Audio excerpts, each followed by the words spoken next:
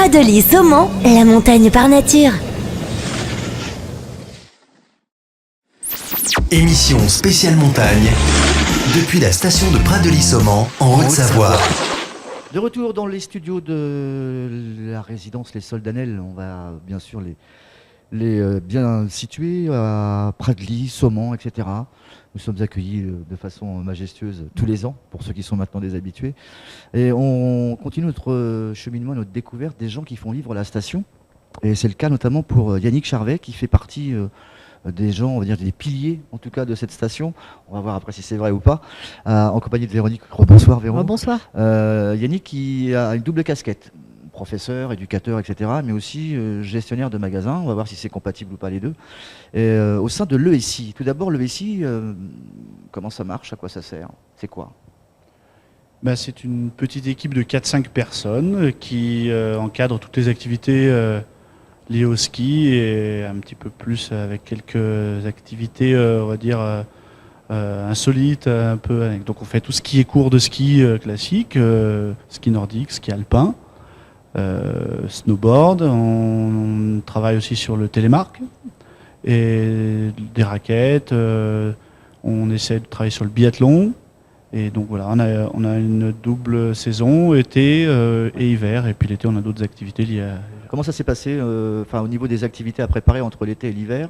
On prépare déjà la saison l'été, d'après ce qu'on nous a dit, quasiment au sortir de l'hiver. Est-ce qu'on est déjà à peu près en train de bosser dessus là, pour le moment? Alors c'est vrai que quand les gens arrivent au mois de décembre, il y a déjà, c'est pas on a mis la clé le matin à 8h30 juste avant que les gens arrivent. Non, il y a toute une planification, toute une organisation. Donc concernant les cours de ski, les plannings s'ouvrent dès le mois de juillet et on attaque à remplir un petit peu tout ça. Les gens essaient de réserver assez vite, assez tôt. Comme on est une petite équipe et on essaie d'avoir par exemple des cours collectifs de mini-groupes. Et ça, depuis quelques années, ça marche beaucoup. Du coup, les gens s'y prennent très tôt. De toute façon, le sport d'hiver, les gens qui ont des enfants organisent très tôt le planning. Donc, du coup, dès juillet, on organise ça. Le biathlon, est-ce que ça va être l'explosion Fourcade? Est-ce que véritablement, on le ressent? Les gens veulent tenter ou pas, ou encore c'est encore compliqué? Alors, Fourcade, en ce moment, c'est à la page, mais on n'a pas attendu Fourcade. Il y a eu De Fran, il y a eu Anne Briand, il y a eu Corinne Yogret, il y a eu Raphaël Poiret, il y en a eu plein d'autres. Avec Noémie, ma femme, on a eu la chance d'être en équipe de France de biathlon, donc déjà c'est notre culture, c'est notre état d'esprit, puis c'est juste super ludique, on peut le pratiquer avec les skis, sans les skis, donc du coup les gens peuvent faire une activité, soit de glisse en y mêlant le ski avec le ski nordique, soit juste en venant à pied et s'amuser à lâcher quelques plombs. Un critère quand même spécifique, on utilise quand même un fusil, même si c'est pas une arme dangereuse. Oui, alors c'est de la kermesse. Nous, on ne fait pas du biathlon à 50 mètres comme en compétition. C'est une initiation à 10 mètres avec carabine à plomb. On a pesé le fusil l'an passé, c'est quand même balèze, quoi. C'est lourd. Oui, alors on tire avec appui aussi, on aide les gens. Donc c'est très accessible, très ludique. C'est vraiment justement le tir à 10 mètres et l'approche quand on est junior, quand on est enfant, pour apprendre à faire du biathlon. Donc c'est juste très ludique pour tout le monde. D'accord. Et ça se pratique en fait ici sur le site? Oui, un petit pas de tir juste là, à 20 mètres des Soldanelles, et qui est largement suffisant et avec lequel on s'amuse ici. Le télémark, par contre, c'est spécial. C'est une pratique de ski qui date des années 1800. Enfin, c'est l'origine du ski. C'est l'origine du ski de la ville, du village de Télémark en Norvège. C'est le ski où on va tout droit, on prend pas de virage, quoi. Si on baisse pas son genou. Il faut vraiment que je vous emmène en cours là. Ok. Et du boulot. C'est ce qu'on appelle la culture du talon libre. Ça va un peu avec le ski nordique. C'est qu'à la base, les armées scandinaves avaient besoin d'un outil de déplacement pour les grandes plaines de Scandinavie, et du coup c'était le télémark. Avant le ski alpin et le ski nordique, il y avait le télémark. Donc ça se pratique, c'est des skis alpins équipés avec des fixations qui ont le talon libre. C'est une technique différente et une glisse différente. Mais il faut qu'on plie le genou quand même, non? Pour tourner ou pas? Grosse genuflexion. Genuflexion. Techniquement, c'est très différent du ski alpin, mais ça se pratique avec des skis alpins. Et la fixation et la chaussure sont différentes. C'est plus physique, non? Au début, si on n'a pas une bonne leçon, ça reste tout de suite un peu plus physique. Je vais prendre des cours, sans doute. Les nouveautés cette année, Véronique, peut-être d'autres questions? Les petites nouveautés cette année? Est-ce qu'on est en train de rechercher des choses nouvelles?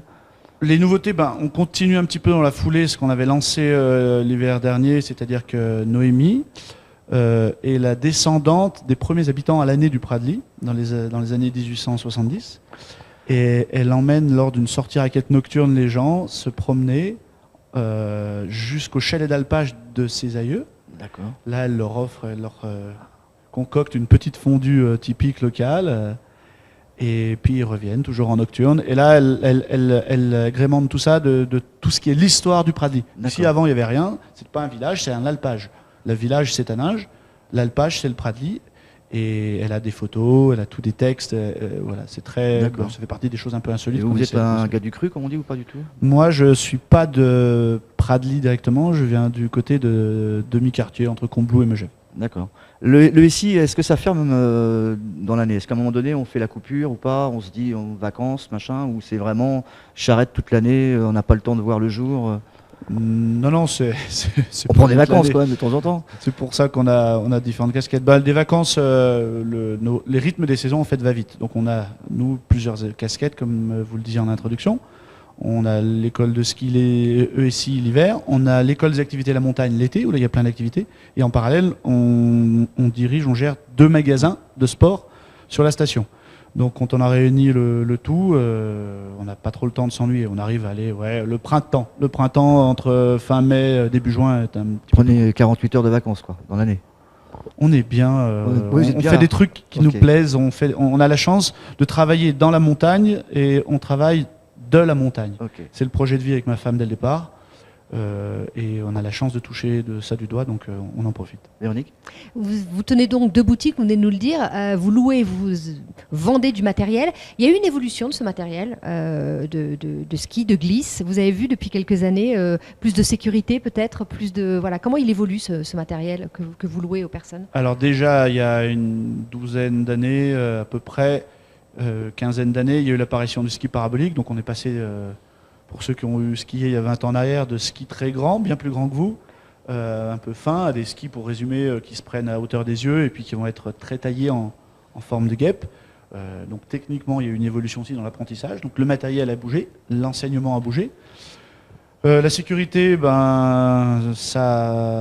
le monde est incité à prendre un casque. L'affaire Schumacher a augmenté un petit peu cette démarche-là. Pour l'instant, pas obligatoire, je crois.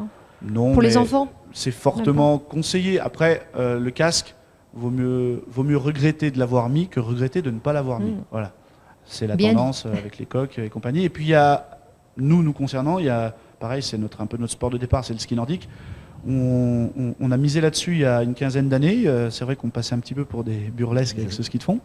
Mais aujourd'hui, on est très très bien récompensé puisqu'il y a un développement de la course à pied trail, de la course à pied classique, du vélo, du VTT. Et donc on a plein de gens qui veulent du sport santé, du sport bien-être, du sport nature. Et le ski nordique, nous, dans nos boutiques, c'est en pleine évolution. Et à l'ESI, c'est en pleine évolution. Donc ça se passe bien à ce niveau-là aussi. Il y a une demande. Les personnes qui viennent prendre des cours, c'est les personnes qui passent dans cette station, qui restent peut-être une semaine, qui ensuite n'en font plus pendant 1 an. Comment on s'adapte à ces personnes-là? On leur donne d'abord la joie d'être sur le ski ou on essaye aussi un peu de les faire progresser en une semaine, c'est possible? Déjà pour ceux qui sont en séjour pendant la semaine, déjà le but du jeu c'est que ce soit d'abord une belle aventure, un bon souvenir. Ça c'est la première des choses. Et puis après le but du jeu, c'est que ça les amène à s'amuser tout seul le plus possible. Le but du jeu d'un cours, c'est pas apprendre pour apprendre, c'est surtout qu'à la fin les gens s'amusent et les enfants s'amusent. Et puis après il y a quand même beaucoup de gens de nos vallées. On a 2-3 bassins de grandes villes avec Annemasse, Cluses, Genève, La Roche-sur-Foron.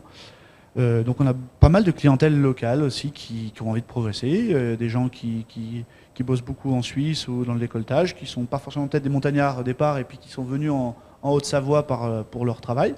Donc on a vraiment des 2 mouvements. On a 3 mouvements. On a les séjours longs, semaines. On a les courts séjours. Les gens veulent très vite faire plein de choses en 2-3 jours. Il va falloir construire tout très vite. Et puis on a les locaux qui viennent régulièrement, les mercredis, les samedis ou les dimanches. Matériel français uniquement, on sait que c'était la mode du Made in France, ou c'est difficile depuis l'époque Rossignol? Alors, nous, on a une grosse attache avec Rossignol, parce que c'est un double emploi, c'est à la fois le ski de fond et le ski alpin, et puis Rossignol en ski de fond en ce moment, avec Martin Fourcade, c'est juste génial. Et puis on va dire qu'on privilégie, nous, dans notre boutique, des produits européens.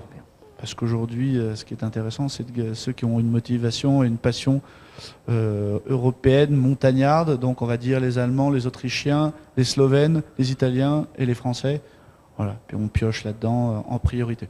Ok, on va clôturer cette émission. On se retrouve où en fait justement pour savoir où vous serrez la main, où vous embrassez, etc.